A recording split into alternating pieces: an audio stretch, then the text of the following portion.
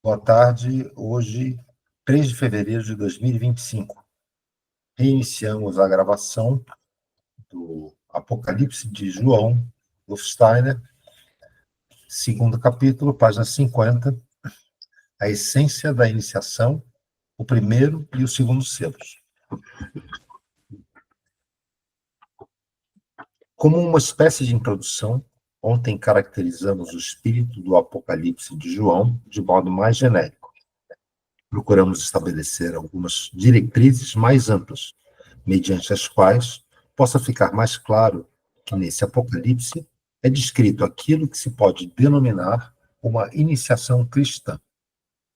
Hoje, minha tarefa será descrever-lhes, em linhas gerais, a essência da iniciação, descrevendo-lhes o que acontece no homem, quando, por meio dela, este é colocado na condição de perscrutar por si mesmo os mundos espirituais, situados por detrás do mundo sensorial.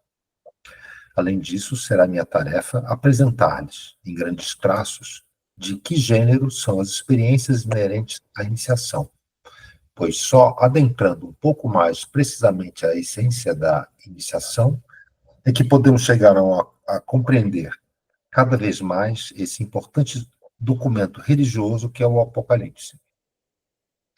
Em primeiro lugar, devemos observar mais uma vez, com precisão, em 2 estados de consciência do homem, ou seja, aquele estado de consciência que dura desde a manhã, quando o homem acorda, até a noite, quando ele adormece, e outro estado de consciência, que começa com o adormecer e termina com o acordar.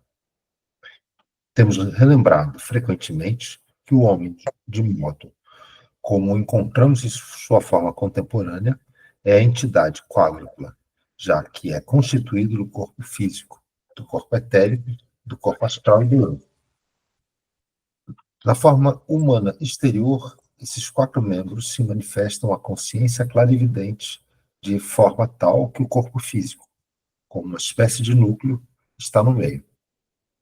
Façamos uma imagem bem esquemática disso. É feito um desenho na lousa. Esse corpo físico é permeado durante o dia pelo assim chamado corpo etérico, e se sobressai somente um pouco ao redor de sua cabeça, como uma auréola clara, embora permeando a cabeça toda. Eu queria interromper aqui um momento para vocês prestarem atenção nessa descrição do Steiner, porque ele vai fazer uma descrição dos corpos. É interessante. Imagine que ele está desenhando na lousa. Então, ele faz lá um bonequinho e tal, e aí isso aqui é o corpo físico. Aí ele começa a preencher, não é? Então, é permeado durante o dia, ele faz alguma coisa assim, pelo chamado corpo etérico. Talvez ele faça em outra cor, certo? Um desenho que se sobressai somente um pouco ao redor da cabeça. Então, ele faz um... É interessante acompanhar a descrição, porque ele tem uma visão do corpo etérico e passa para nós, que não temos tão claramente, tá bom? Então, vocês imaginem tudo que ele está falando. Eu tenho que imaginar a figura, que é muito bom. Fale, Gui. Tá. Esse corpo físico é permeado durante o dia pelo assim chamado corpo etérico, que se sobressai somente um pouco ao redor da cabeça, como uma auréola clara, embora permeando a cabeça toda. Mais para baixo, o corpo etérico, ou vital, se torna cada vez mais nebuloso e indistinto. E quanto mais nos aproximamos dos membros inferiores do homem, tanto menos ele corresponde, em sentido exato, à forma do corpo físico. Esses 2 membros constitutivos do ser humano estão, durante o dia, envolvidos por aquilo que denominamos corpo astral, que se sobressai para todos os lados como uma elipsoide, como uma forma de ovo, e que, em sua forma básica, possui raios luminosos, parecendo efetivamente emitidos do exterior para o interior, permeando o homem de fora para dentro. Dentro desse corpo astral estão desenhadas uma infinidade de figuras diversificadas, todos os tipos possíveis de linhas e de raios. algum qual setas, outro em estranhas curvaturas. Tudo isso circunda o homem nas mais variadas formas luminosas. O corpo astral é a expressão de suas paixões, de seus instintos, impulsos e cobiças, mas também de todos os seus pensamentos e representações mentais. Nesse corpo astral, a consciência clarividente vê retratado tudo que se denomina como vivências da alma, desde os impulsos mais baixos até os mais altos ideais morais. Depois, nós temos o quarto membro da entidade humana, que se pode desenhar como algo que irradia para o ponto situado cerca de 1 centímetro atrás da testa. Esta seria uma representação esquemática do ser humano quádruplo. Ao longo dessas conferências, veremos como cada membro constitutivo em particular se comporta em conjunto. No caso, esse quarto membro seria o eu, né? Tá? Seria o eu, que seria aquele ponto aqui, né, que se diz terceiro olho, porque ele diz assim, né, detrás da testa, né, perto ali da hipófise, né. Este é, portanto, o homem durante o dia, desde a manhã ao acordar até a noite, ao adormecer. E então, à noite, ele adormece, permanece no leito do corpo físico e o corpo etérico, ocorrendo como um eflúvio do elemento descrito como corpo astral. Eflúvio é uma expressão um pouco inexata. Na verdade, é como se formasse uma espécie de névoa, de modo que à noite vemos o corpo astral emanado dos corpos físico e etérico como uma espécie de névoa em torno do homem, enquanto o quarto membro da entidade humana, por sua vez, desaparece quase totalmente, isto é, perde-se no infinito. A parte do corpo astral, dirigida mais baixo, é ligeiramente perceptível, e a parte superior, correspondente ao que mencionamos como corpo astral exteriorizado. Bom, ontem já frisamos o que tem de acontecer ao homem para ele receber a iniciação. Se ele só se dedicar àquilo com que habitualmente se preocupam os homens do nosso tempo, não poderá obter iniciação alguma. O homem deve ser preparado de modo a, durante a própria vida diurna, fazer os exercícios que lhes são prescritos pelas escolas de iniciação, isto é, meditações, concentrações, etc. No fundo, esses exercícios, no que tange a sua importância para o homem, são os mesmos em todas as escolas iniciáticas. Eles só se diferenciam um pouco entre si na medida em que, quanto mais retrocedemos temporalmente nas escolas iniciáticas pré-cristãs, tanto mais os exercícios são destinados a aperfeiçoar o pensar, a adestrar forças do pensar. Quanto mais nos aproximamos dos tempos cristãos, tantos mais eles são dirigidos a educar as forças do sentimento. E quanto mais nos aproximamos dos tempos modernos, tanto mais vemos que nas mais chamadas escolas dos Rosas Cruzes foi introduzida, condicionada pelas exigências e necessidades da humanidade, uma forma particular de educação da vontade, de exercícios para a vontade. Queria dar uma paradinha aqui, porque isso é interessantíssimo. Primeiro, ele diz que os exercícios pertencem a várias escolas iniciáticas. Então, existem os exercícios budistas, existem os exercícios orientais, existem a iniciação nórdica, enfim, uma série delas. E o que ele explica é que essa coisa que foi o tempo, pelo tempo, o que foi acrescentando e foi dando mais força foi na direção dos exercícios. Primeiro, houve uma educação do pensar. Vocês podem imaginar, a gente já leu aqui o começo, na antiguidade, que o homem tinha essa dificuldade do pensar, ele vivia uma vida onírica, né? Então, pensar foi algo que precisou ser elaborado e trabalhado. Depois, na era cristã, segundo a missão do próprio Jesus, foi o sentir. O homem estava endurecendo, ele precisava do sentir, do amor, né? Foi isso que Jesus, a mensagem do amor. Então, a iniciação tinha a ver com exercícios para desenvolver o amor, essa capacidade de ser melhor, mais sentir o verdadeiro amor. E agora, mais na modernidade, com os Rosa Cruzes, é a vontade, que é o que o homem está de mais fraco agora, é a vontade. Digamos, a capacidade do sentir já se desenvolveu, do pensar desenvolveu-se, a capacidade do sentir também, que veio essa missão do Cristo, mas agora o homem precisa da vontade. O que está acontecendo?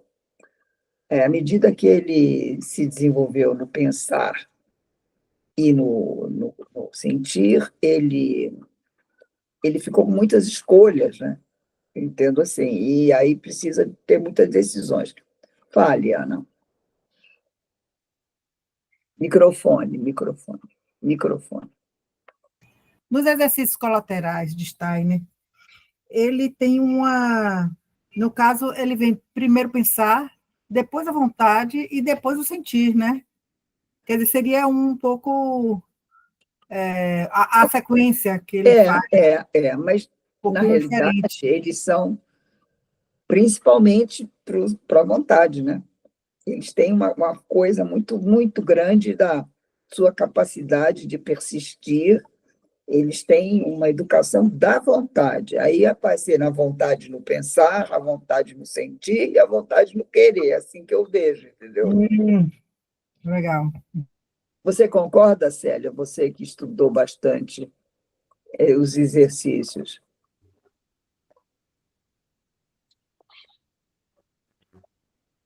A gente está na prática, né? Porque eu acho que ele inverteu ali, porque a gente precisa da vontade que está fraca, né? Para conseguir o sentir.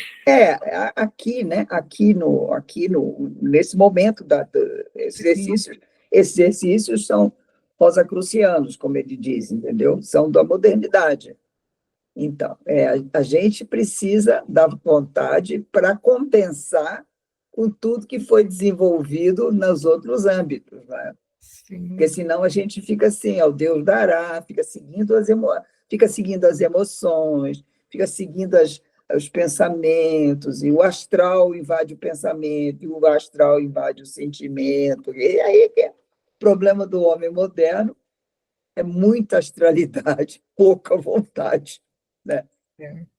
Né? Então, bom, pode continuar, Gui. Ok. Mesmo que inicialmente as meditações sejam semelhantes às das outras escolas pré-cristãs, na base de todos os exercícios Rosas Cruzes, predomina uma especial educação do elemento da vontade.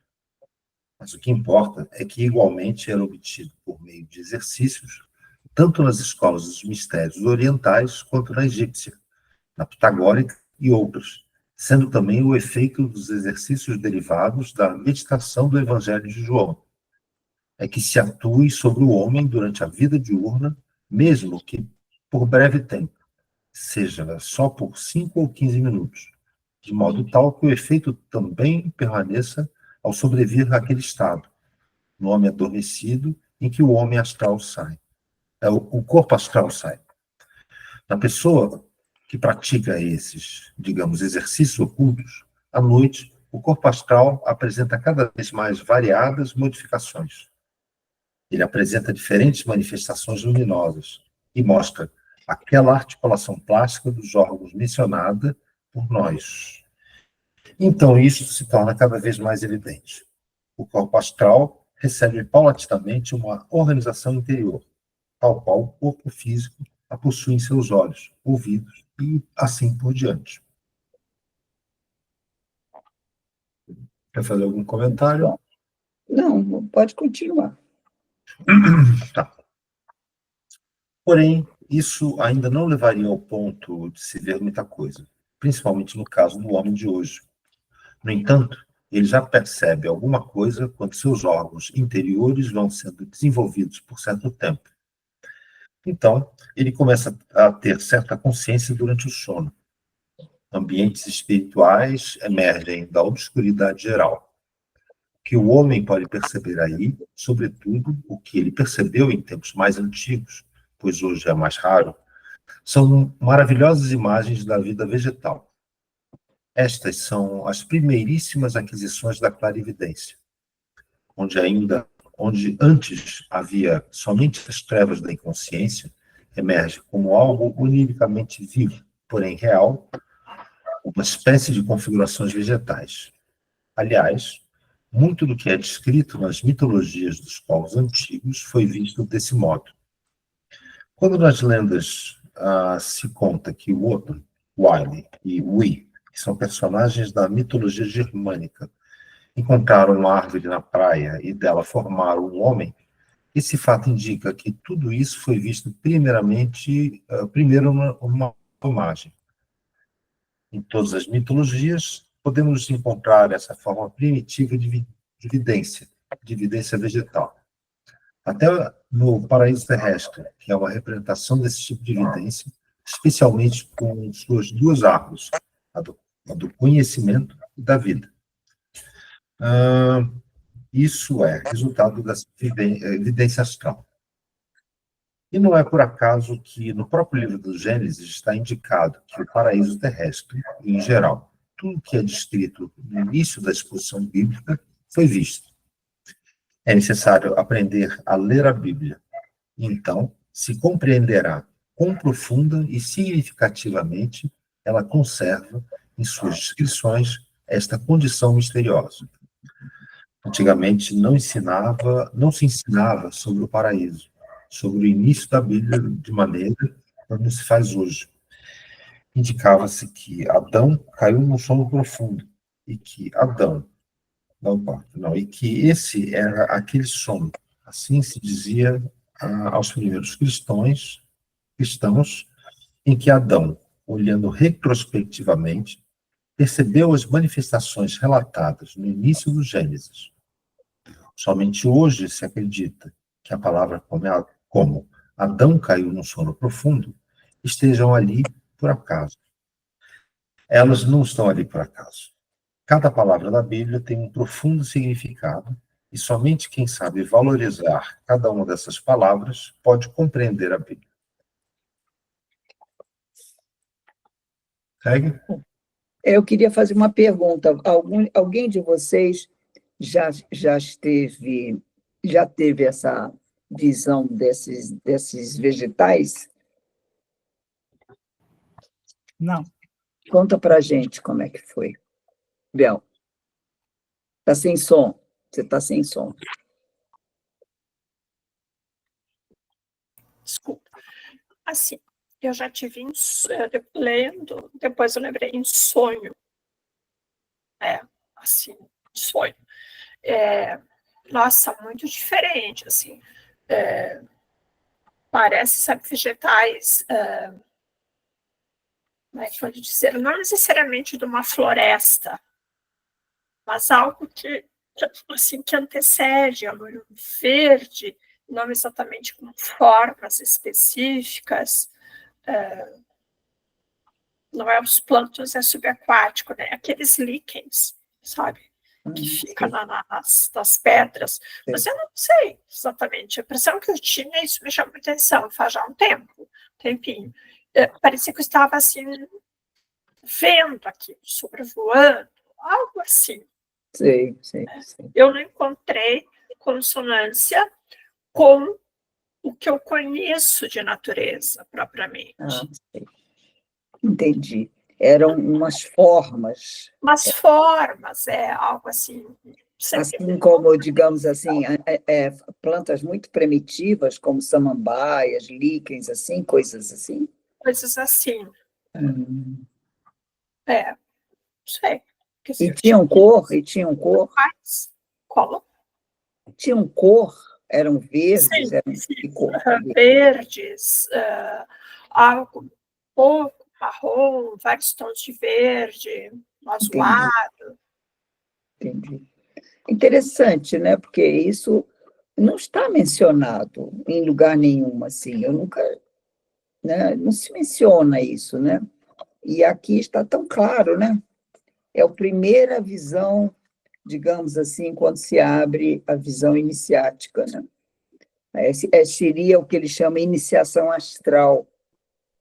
Ainda é uma coisa ainda do corpo astral, não é? Interessante. Isso aí, talvez eu nem deveria ter comentado, porque não sei se é isso, mas é algo... Não, então, eu acho interessante isso, porque um fenômeno acontece. Aqui é o lugar da gente, talvez, compartilhar, porque o que você vai dizer? Eu sonhei com um monte de planta. Não quer dizer nada, né? Se você vai falar isso para o seu psicólogo, ele vai te dar uma interpretada na testa, né? Vai dizer qualquer coisa assim. Aqui se trata de uma outra coisa. Não é que você sonhou. Eu acho interessante isso, é que você viu. Faz sentido isso para você, Bel? Faz sentido. Não é que você sonhou, você viu, né? E essa coisa de voando sempre fala do corpo astral, né? Quando você sonha que você está voando, é sempre alguma coisa que tem a ver com o corpo astral. Interessante, né? Eu acho isso bem interessante, porque, embora eu não tenha tido essa experiência eu própria, mas em cursos que eu já tive que não tinha nada a ver com Rudolf Steiner, sei. Mas tem exatamente essa vivência.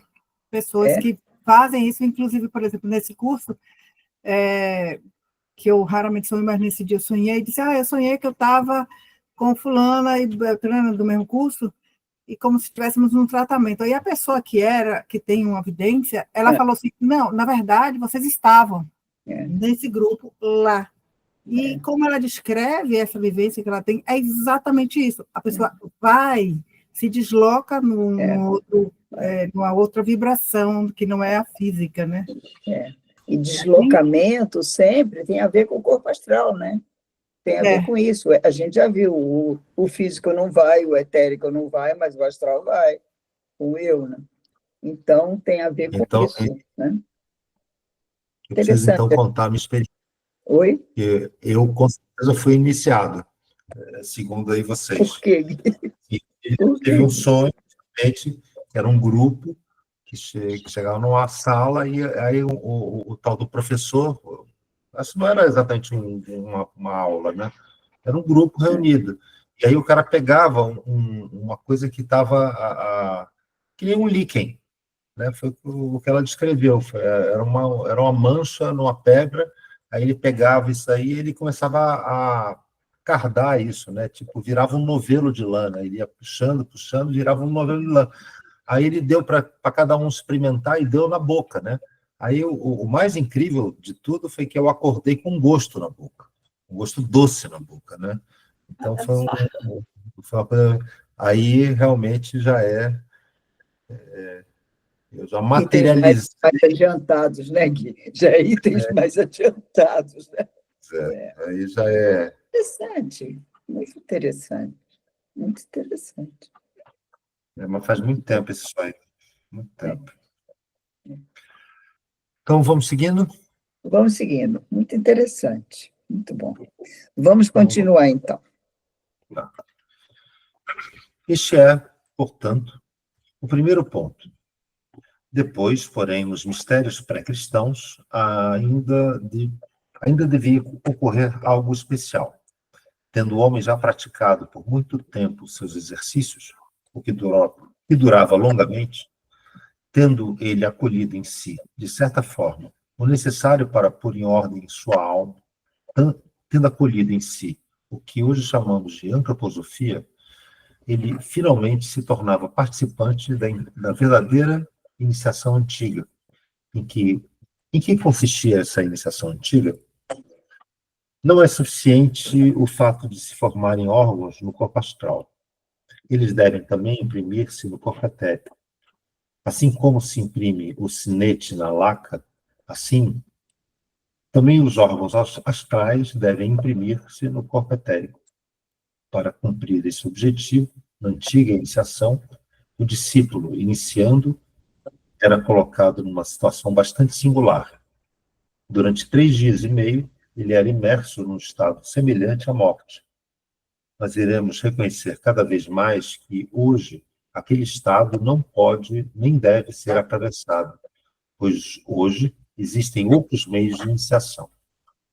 Agora estou descrevendo a iniciação pré-cristã, na qual, durante 3 dias e meio, o iniciando era levado por alguém entendido no assunto, a um estado semelhante à morte. Ou então era colocado numa espécie de pequeno vão, ou recesso, numa espécie de tumba, e lá permanecia num estado de sono mortal. Ou ainda, era amarrado numa cruz em posição especial, com as mãos esticadas, pois isso promovia o surgimento daquele estado que se queria alcançar. De muitas outras conferências conferidas por mim, sabemos que no homem a morte ocorre quando o corpo etérico se desprende justamente com o corpo astral e com o eu, ficando para trás somente o corpo físico. Então ocorre na morte algo que jamais ocorreu no transcurso normal da vida, entre o nascer e o morrer. Nunca o corpo etérico, nem mesmo durante o sono mais profundo, abandonou o corpo físico. Ou seja, ele sempre esteve dentro do mesmo. Na morte, o corpo etérico abandona o corpo físico. Ora, durante aquele estado semelhante à morte, pelo menos uma parte do corpo etérico também abandonava o corpo físico, de forma que uma parte sua, que habitualmente estava dentro desse estado, se encontrava fora. Como os senhores sabem, em conferências mais exotéricas, isto é descrito dizendo-se que o corpo etérico era extraído. Isso não é de todo exato, mas somente agora podemos fazer tais distinções sutis. Portanto, ao longo desses 3 dias e meio, durante os quais o sacerdote iniciador velava atentamente o iniciando, temos o homem num estado em que somente sua parte inferior estava ligada a seu corpo etérico. Esse é o momento em que o corpo astral, com tudo que se formou em si, como órgãos, se imprime no corpo etérico. Nesse momento chegava a iluminação. Quando, depois de 3 dias e meio, o iniciando era acordado, nele havia acontecido o que se chama de iluminação, e que deveria suceder à purificação. Ou seja, a mera forma dos órgãos do corpo astral. Agora o discípulo era ciente do mundo espiritual. Aquilo que ele havia visto antes era somente uma etapa preliminar da vidência. Esse mundo, que consistia numa espécie de configurações representando inicialmente plantas, agora se complementava por meio de figuras essencialmente novas. Bom, vamos dar uma paradinha para entender melhor? Então, o que ele mostra aqui é a iniciação pré-cristã. Isso se fazia no Egito, na Babilônia, nesses lugares aí, que tinham essa forte presença dos sacerdotes e desses centros de mistérios, na Grécia também. Então, ele explica que o candidato fica deitado, dormindo, né, que chama sono iniciático, né, isso chama-se. E aí o sacerdote tomava conta para ele não morrer, porque como o corpo etérico dele uma parte era extraído, ele poderia, digamos assim, morrer. Então, ele era velado durante esse sono para não morrer. Vocês sabem que em algumas religiões, em algumas seitas modernas, ainda existe esse sono iniciático, né? Vocês sabem, vocês conhecem alguma? Ana conhece. Não, eu já ouvi falar que de outras pessoas que já experimentaram, mas eu nunca tive presente nessas... Mas você sabe que existe no candomblé, por acaso. Que também no candomblé. Eles falam deitar para o santo, não é? E também assim, num quarto separado, onde eles botam lá plantas, flores e alimentos, frutas, enfim, todo o cerimonial, e a pessoa fica ali deitada, não sei quantos dias, eu não sei se são 3, eu não sei. E aí, a partir dali, ela está apta a receber lá uma médium da casa, alguma coisa assim. Então, então, a gente fica sabendo, assim, que isso é uma iniciação antiga, pré-cristã, né? Não está errado, existe, mas só que não se usa mais. Isso aí é de uma religião, ou de uma seita, ou de um movimento pré-cristão. Acredito que em outras também, não sendo do nosso conhecimento. Esse outro também, que ele fala aqui, o Steiner, da cruz, eu sei que é a iniciação nórdica, dos países nórdicos. Eles colocam, porque também nos países nórdicos, a árvore era sagrada, tinha uma árvore lá sagrada, e eles faziam, mas a cruz era em X, não era assim, era assim. E a pessoa era justamente amarrada com os braços e as pernas assim. E isso era uma iniciação. Isso talvez, se a gente pesquisar, vai ver, né? Vai ver, eu já vi desenhos. Se não me engano, os índios também têm uma coisa parecida, parece que dentro da terra a pessoa fica por algum tempo ali, que é sendo zelado, exatamente isso, sendo zelado por outros para estar, digamos assim, atento ao que está acontecendo. Porque os índios também têm uma conexão muito forte com o espiritual, né? Enfim, a gente está conhecendo aqui outras iniciações, e o Steiner coloca tudo isso como sendo natural, não tem contraindicação, mas só que ele diz que modernamente, porque a condição do homem na antiguidade era uma. O corpo astral era diferente, o corpo etérico era diferente, o corpo físico era diferente, a gente sabe. Eles eram mais baixos, eles tinham outra complexão, né? Não existiam certas doenças. Enfim, hoje em dia, com o nosso intelecto e com a nossa capacidade limitada ou expandida, aí como quiser, né? Então, a iniciação teve necessidade de mudar. Fale, Glória. Eu queria dizer que, como exemplo, é aquele da morte de Lázaro, né? Que ele chegou e, na verdade, né? Ele não estava morto, né? Ele foi enterrado, né? Ele ficou lá. E ele chegou e, então, fala a ressuscitação de Lázaro, né? É isso aí. Era a iniciação de Lázaro, né? Ele passou por um processo iniciático, ele ficou 3 dias enterrado no escuro. Exato. É isso mesmo, é isso aí. Então, hoje em dia, segundo Steiner, não é mais necessário de isso aí. Passar por isso, existem outras formas, como ele diz, modernas. Uma é começando a fazer os exercícios, né? Bom, podemos continuar? Alguém tem mais alguma pergunta? Quer contar mais alguma coisa? Então, vamos continuar. Gui. Chegamos assim ao ponto de caracterizar com mais precisão o que o iniciado começava a ver. Agora, tendo sido guiado à iluminação, ao ser despertado, ele sabia claramente ter visto algo que antes lhe era impossível em sua cognição. O que, afinal, ele havia visto, que ele poderia, de certo modo, colocar diante de sua alma como significativas lembranças das imagens de sua vidência? Se quisermos saber claramente o que ele vira, deveremos lançar um olhar retrospectivo à evolução do homem.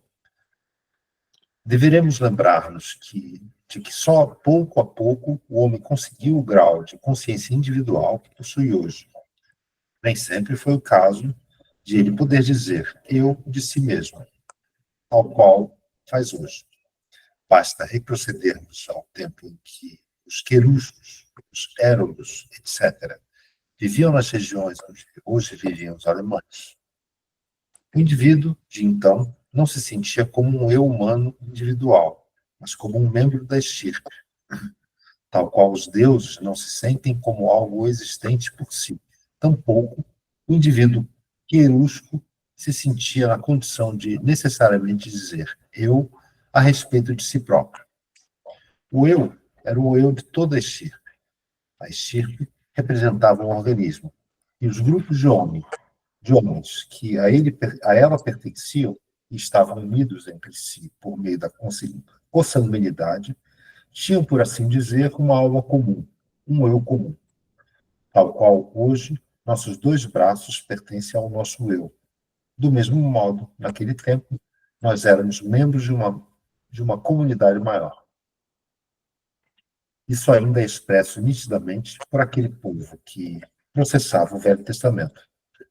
Cada indivíduo sentia-se como um membro do povo, e quando o indivíduo falava do eu habitual, não falava de si no sentido mais elevado.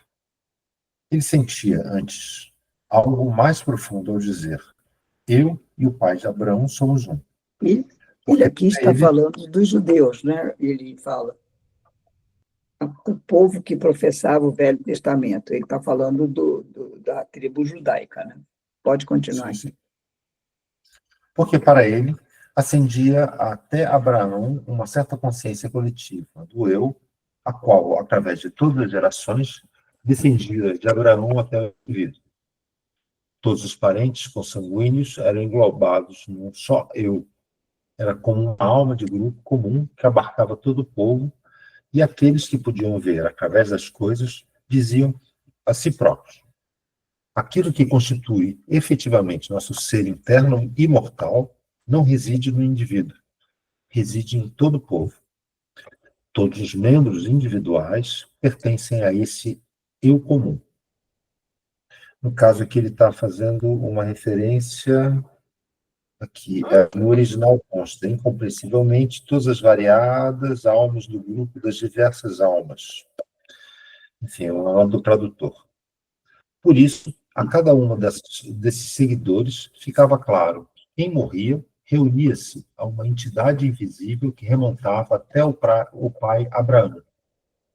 Realmente, o indivíduo sentia estar voltando ao seio de Abraão.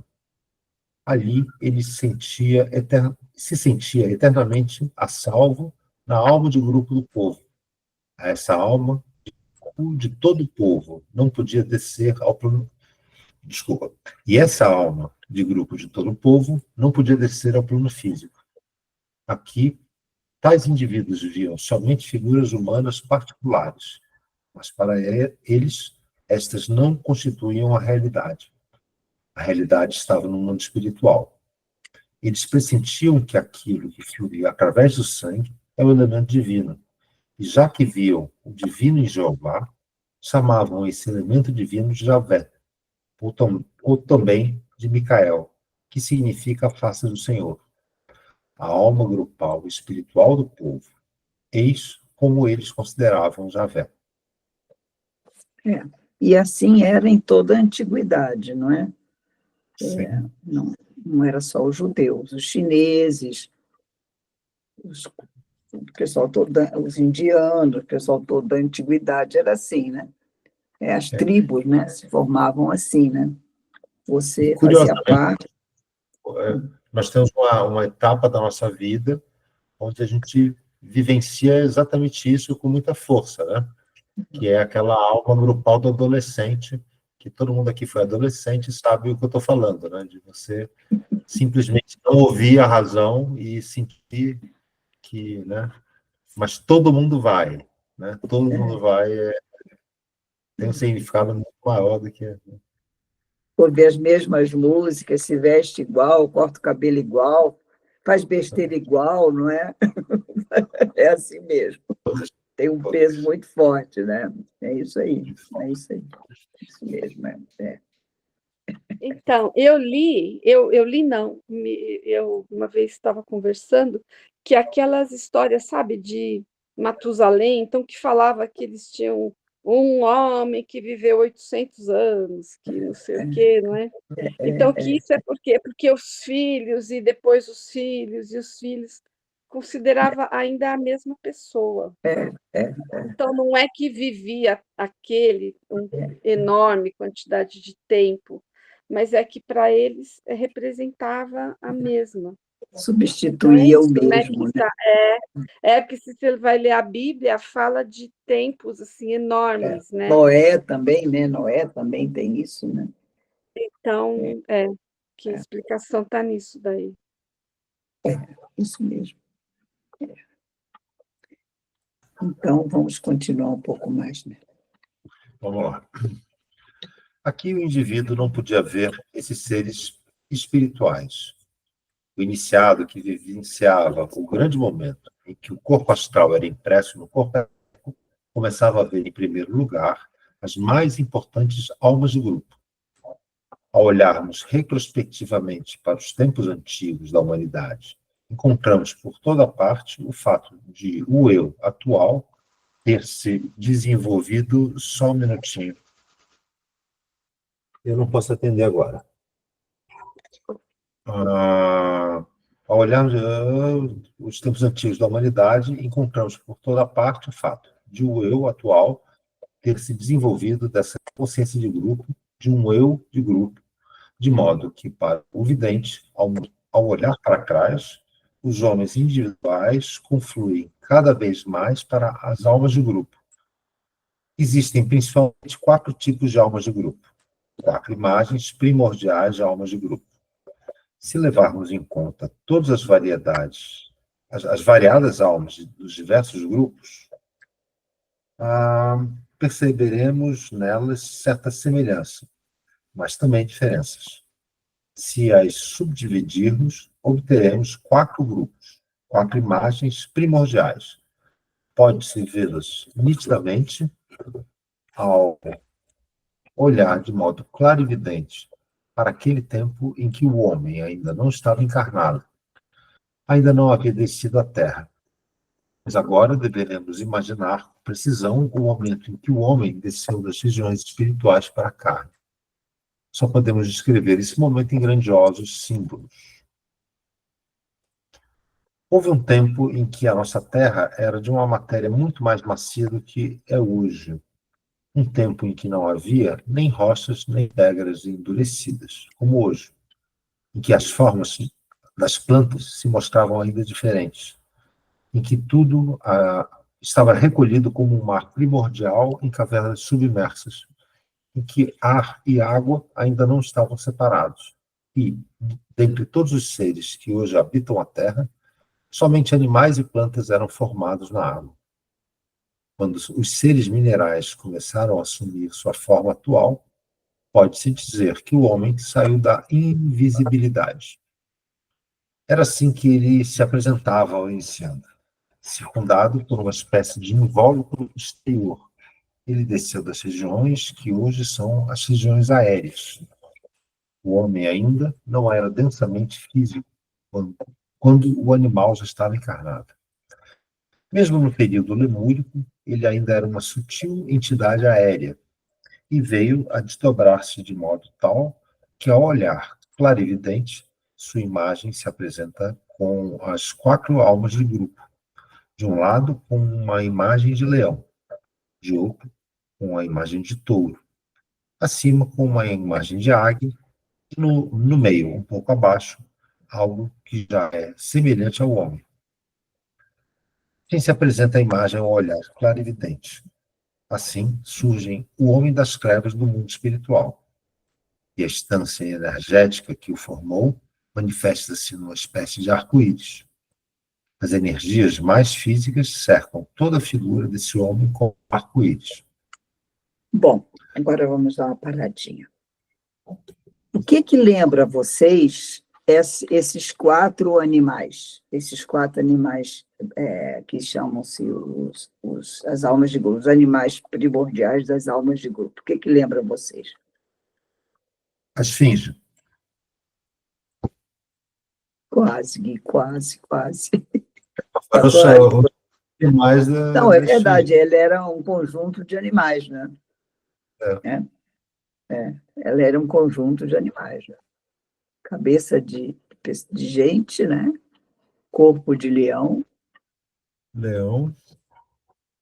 Falta águia. Tinha asa de águia? Mas, se eu não me engano, a esfinge é essa descrição, não é não? Mais ou menos. Teve dos indianos, Oi? Desculpe. Os indianos que têm umas figuras assim, mescladas. Isso, eu acho que essa figura assim, polimórfica, ela é bem uma figura assim, do mundo astral, né? Do mundo, esse mundo, não é um mundo astral, o mundo que fica entre o mundo real e o mundo espiritual, aquele mundo, como se chama, onde ficam as duendes, as fadas, como se chama esse mundo aí? O mundo elementar. Mas eu estava me referindo a uma outra coisa, aos 4 evangelistas, né? Então, os 4 evangelistas são representados por esses 4 animais, né? Quem se lembra? São Marcos, que é o leão. São Lucas, São João, né? Mateus. Marcos é o leão. Veneza está cheia de leões por causa na Praça de São Marcos, né? A águia é João, né? Mateus é o touro? Agora eu não sei.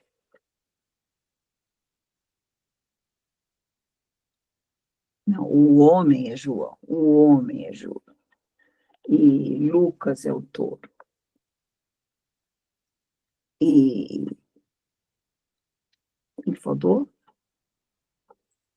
João, Marcos, Lucas, Mateus. É Mateus. João é o homem. Pois é, na Bíblia, eu andei dando uma olhadinha, fala que isso simboliza uma criação e indica a totalidade. Algo assim, também mais adiante vai falar do arco-íris, né? Que ao redor haveria ele, o arco-íris. Então, está colocando exatamente, está referenciado no capítulo 4, né, a visão do trono, e ao redor dele o arco-íris. Isso aí. Isso aí.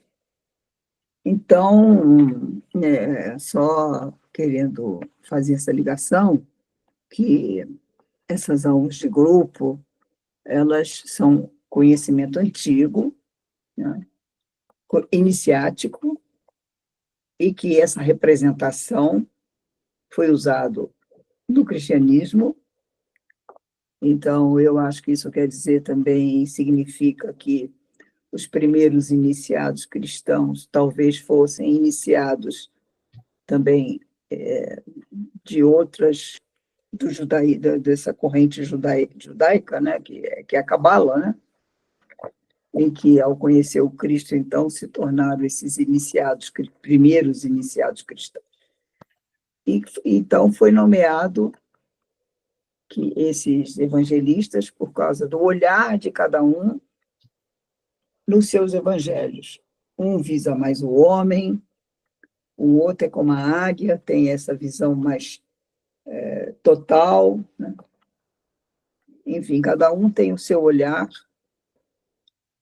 conforme a energia de cada um desses animais. Então, um é mais descritivo, o outro é mais participativo, e assim foi o trabalho de cada um deles, feita essa relação com esses 4 grupos.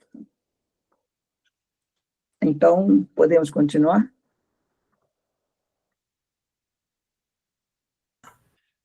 Gui, vamos lá. Houve um tempo em que a nossa Terra... Não, desculpa. É preciso descrever os mais diversos âmbitos e das mais diversas maneiras esse vir a ser do homem. Agora está sendo descrito o modo como ele se apresenta retrospectivamente ao pesquisador, como essas 4 almas de grupo se formaram do conjunto humano divino que vinha descendo. Desde sempre, esse momento foi representado simbolicamente pela forma que podemos encontrar no segundo dos assim chamados 7 selos ocultos. No caso, vídeo painel 2, no final do livro. Essa é a representação simbólica, porém ultrapassa um mero símbolo.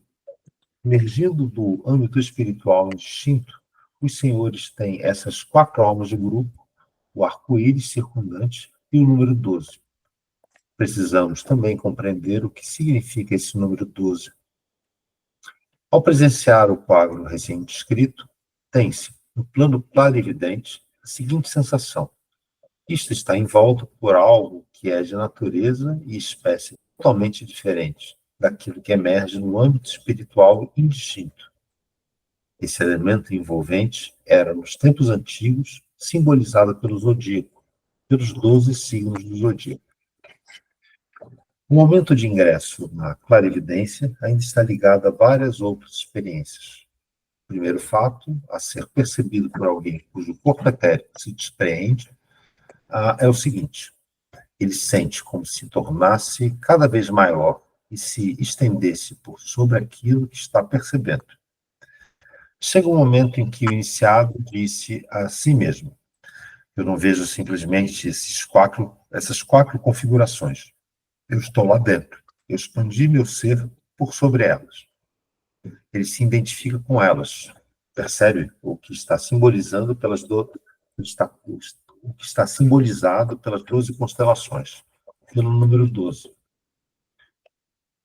Poderíamos compreender melhor o que, nesse caso, se estende em redor de algo em que se revela, lembrando-nos novamente de que nossa Terra atravessou precedentes encarnações. E de também na crônica do Akasha e na ciência oculta. Já sabemos que antes de a Terra ser a Terra, ela passou pelo estado de Saturno, depois pelo Sol, depois pelo da Lua, e somente depois se tornou a Terra no sentido atual. Isto foi necessário, pois somente assim se tornou possível surgir na Terra atual os seres que justamente surgiram. Eles tiveram de adaptar-se pouco a pouco mediante a tais metamorfoses. Ao olhar, portanto, para um passado remoto, vemos o primeiro estado da nossa Terra, o antigo Saturno, que nos primórdios de sua existência ainda nem brilhava. Ele era uma espécie de estado calórico.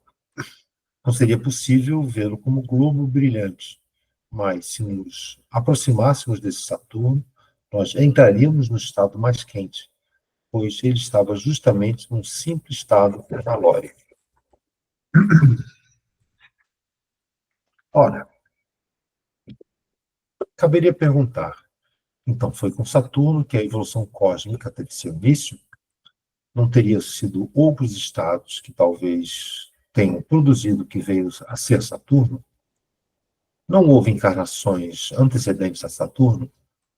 Seria difícil retroceder para além de Saturno, pois é justamente apenas com Saturno que começa algo, sem o qual não podemos retroceder para antes dele. É com Saturno que, de fato, começa aquilo que denominamos tempo. Antes, havia outras formas de existência, ou seja, no fundo não podemos falar de antes, porque ainda não havia o tempo. O tempo também começou um dia. Antes de Saturno, não existia tempo. Existia somente eternidade, perpetuidade. Tudo era simultâneo. O suceder dos acontecimentos começou com Saturno, naquela situação cósmica em que só há eternidade, perpetuidade, tampouco existe movimento, porque para o movimento é necessário tempo. Lá não há nenhuma rotação. Lá há perpetuidade e tranquilidade, aquilo que no ocultismo se denomina a bem-aventurada tranquilidade na perpetuidade. Esta é a expressão adequada para isso. Bem-aventurada tranquilidade na perpetuidade precedeu o estado de Saturno. O movimento dos corpos celestes se iniciou com Saturno, tendo-se tomado a órbita indicada pelos 12 signos do zodíaco como sinal disso. E o tempo durante o qual o planeta permanecia uma dessas constelações era denominado uma hora cósmica. Isso era considerado uma hora cósmica. 12 horas cósmicas, 12 horas diurnas e 12 horas noturnas. Para cada uma dessas encarnações, para Saturno, para o Sol, para a Lua, foi computada uma sequência de horas cósmicas que se agruparam em dias cósmicos. E, finalmente, desses 12 lapsos de tempo, 7 são exteriormente perceptíveis e 5 são mais ou menos imperceptíveis. Portanto, distinguem-se 7 ciclos saturninos, ou 7 grandes dias e 5 grandes noites saturninas. Poder-se-ia dizer também 5 dias e 7 noites, pois o primeiro e o último dia são dias crepusculares.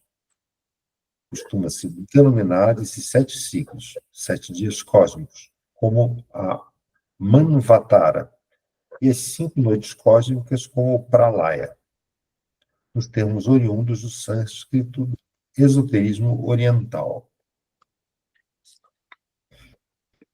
Alguém quer falar alguma coisa? Eu queria fazer uma pergunta. Vale. Essas 12 constelações aí, certamente deve ter alguma relação com as 12 noites santas, porque tem a influência de cada constelação em cada noite santa. Mas depois que tem as 12 noites santas, é dito para fazer a vibração em cada mês. Só que as 12 noites santas começam no sentido inverso dos meses. E aí, para vibrar cada mês, seria um mês, digamos, do signo, ou seria no mesmo sentido invertido? Eu fiquei nessa dúvida. Você tem uma bela dúvida, viu? Cultive-a. Um dia você achará a resposta. Isso aí que é o presente dos deuses, matéria para estudar, entendeu? Eu não faço a menor ideia. Qualquer coisa que eu te diga, a partir do que você acabou de me dizer, e eu nunca me aprofundei nesse tema.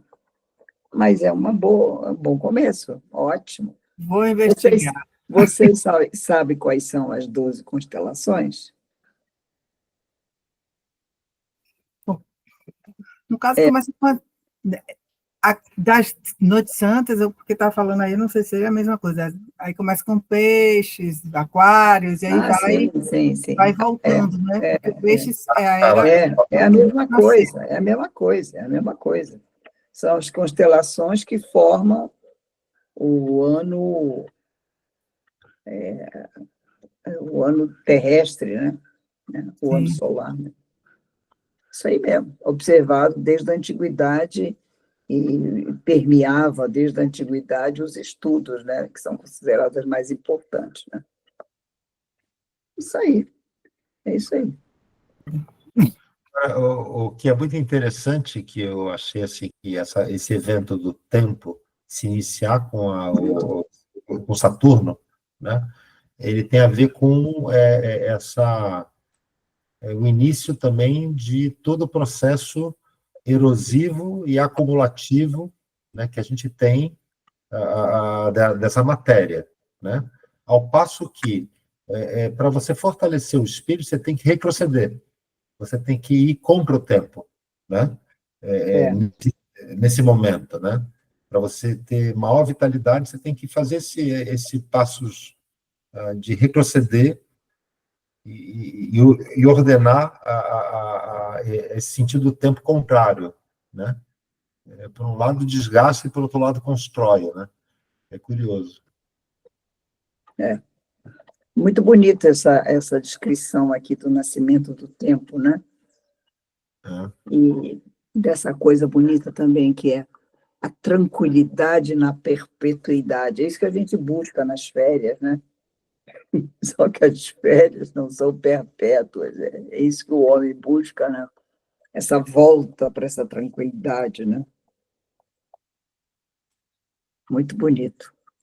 Bom, vamos voltar onde a gente estava, que falta mais um pouquinho. Querendo fazê-los corresponder a nossa contagem temporal, deve-se agrupar os estados planetários 2 a 2, ou seja, Saturno e Sol, Lua e Terra. Obtém-se, assim, 24 ciclos para cada qual. Esses 24 ciclos formam importantes eras na cosmologia.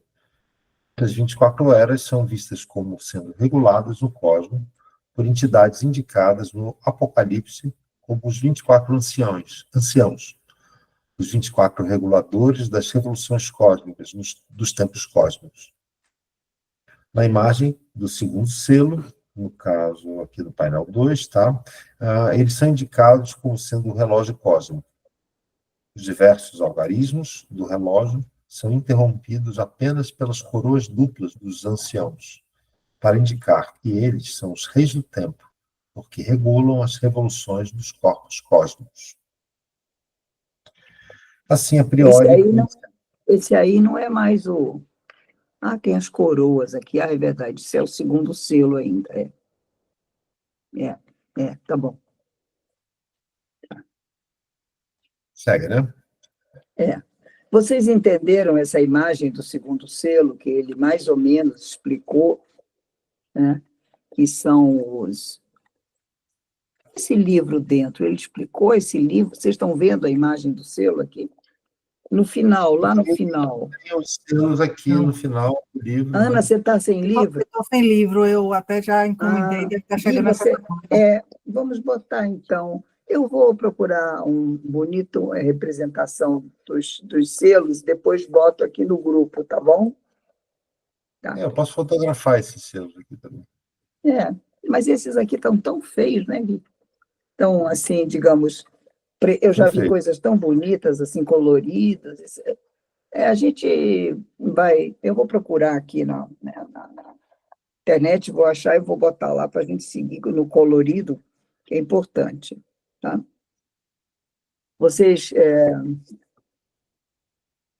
entenderam aqui essa imagem que tem os 4 animais, depois é como um visor de relógio, que tem os números, né? Em algarismos romanos, depois as coroas, que são, então, os 24 anciões. Agora, esse livro, ele chegou a falar do livro que está no centro? Ainda não, né? Não. Está no centro. Você acha que ainda dá para ler, Gui, um pouco mais? Vamos acabar aqui, ó. O livro é bem mais adiante, pelo que eu tenho anotado aqui, onde ele cita o livro, é isso?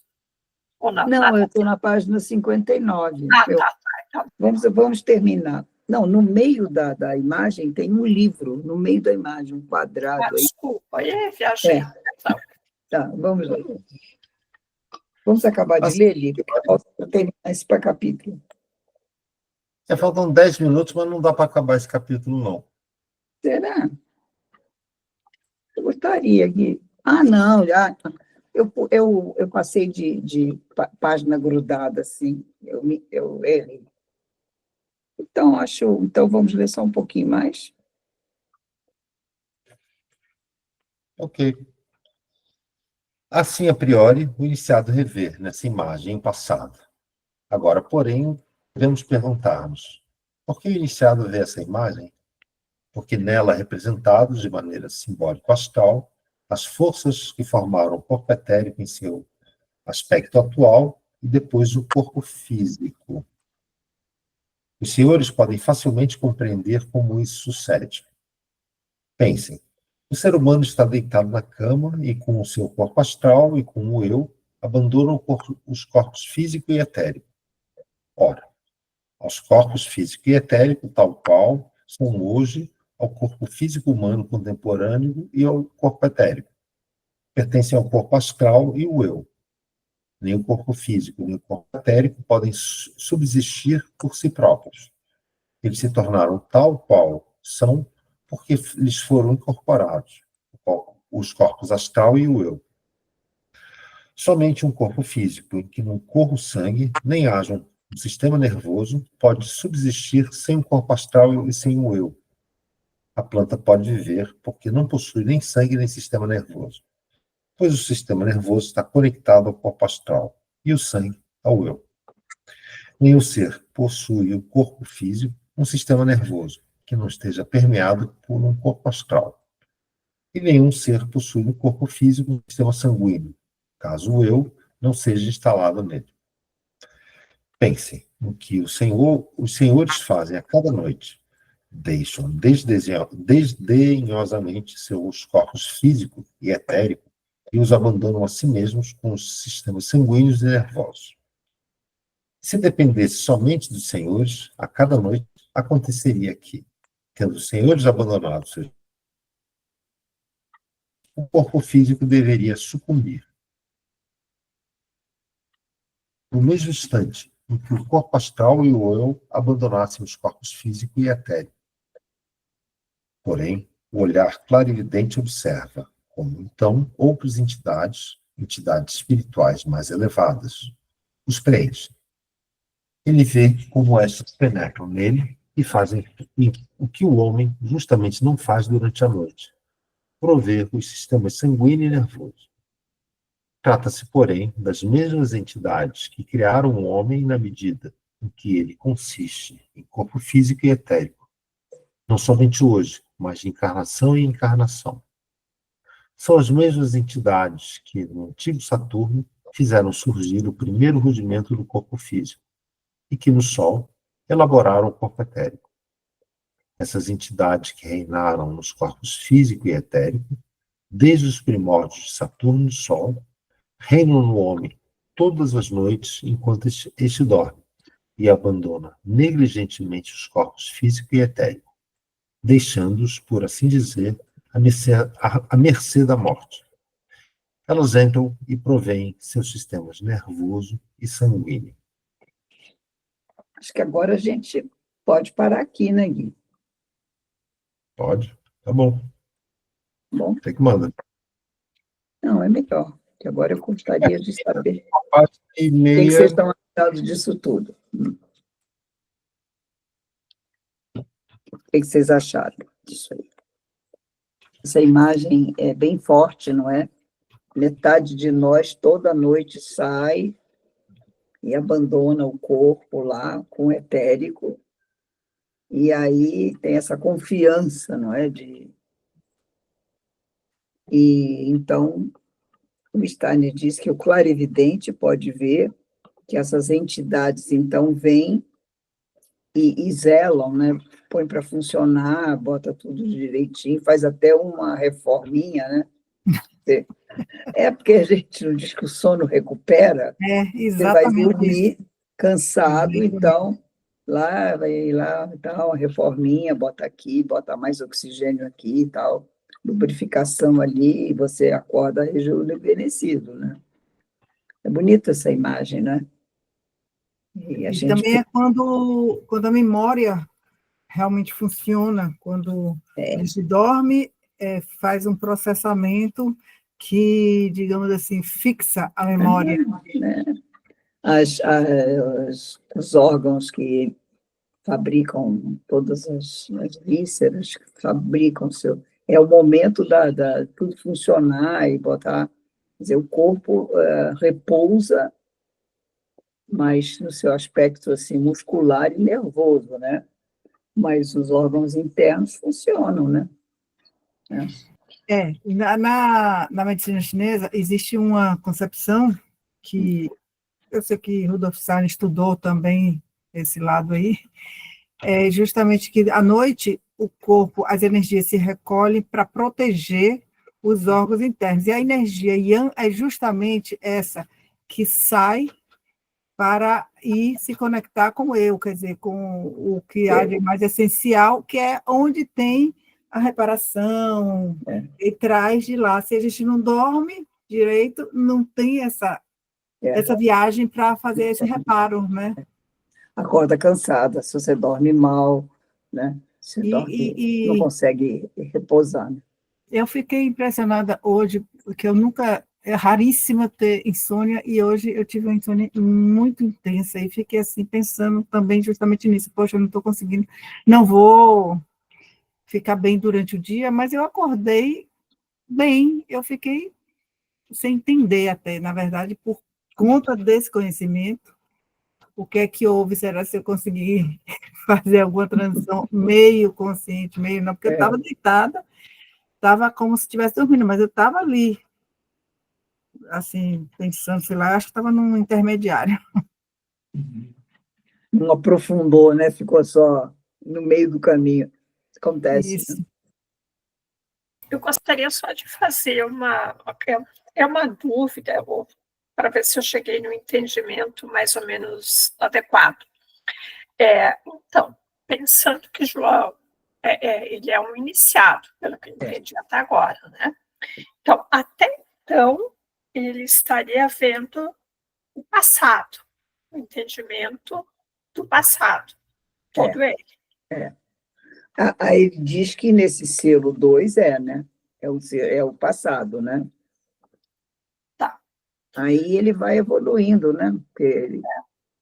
Que acaba tendo... Incrível isso.